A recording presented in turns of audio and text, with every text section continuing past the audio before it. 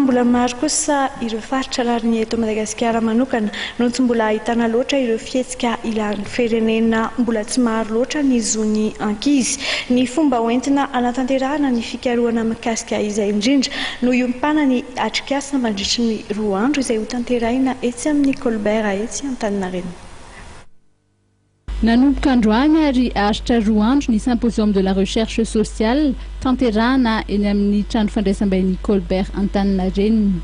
Ny fikarohan-doha androany dia natao indrindra andravonana lafiny mahakasika fomba niasana ny vokatra siantifika tamin'ilay fikarohana natao mikasika ny antonantony lalina mahatonga ny olona tsy indrindrindrindra rokonina amin'ny faritra na koa mpisehatra hafa ao amin'ny faritra analan'izao Anosy ary Atsimo andrefana ny antonantony lalina mahatonga azy ireo mbola tsy tody eo amin'ireo fihetsika heverina fa hanampy amin'ny ialantsika amin'ny firenena mbola tsy mahafita loatra ny zon'ny ankizy nefa izay tena fototry ny fandrosoan'ny anio sy ny rahampitso.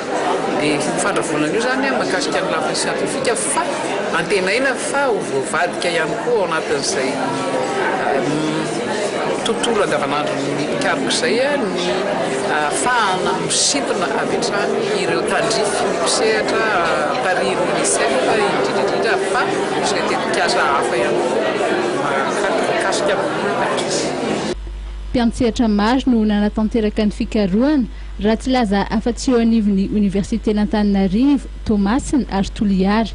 Tao ihany koa ny avy eo anivon'ny Instat izay nazahoana ireo tarehimarika samihafa ny Université-ny Wits avy ao Afrika Atsimo ary ny Université iray avy any Etazonia.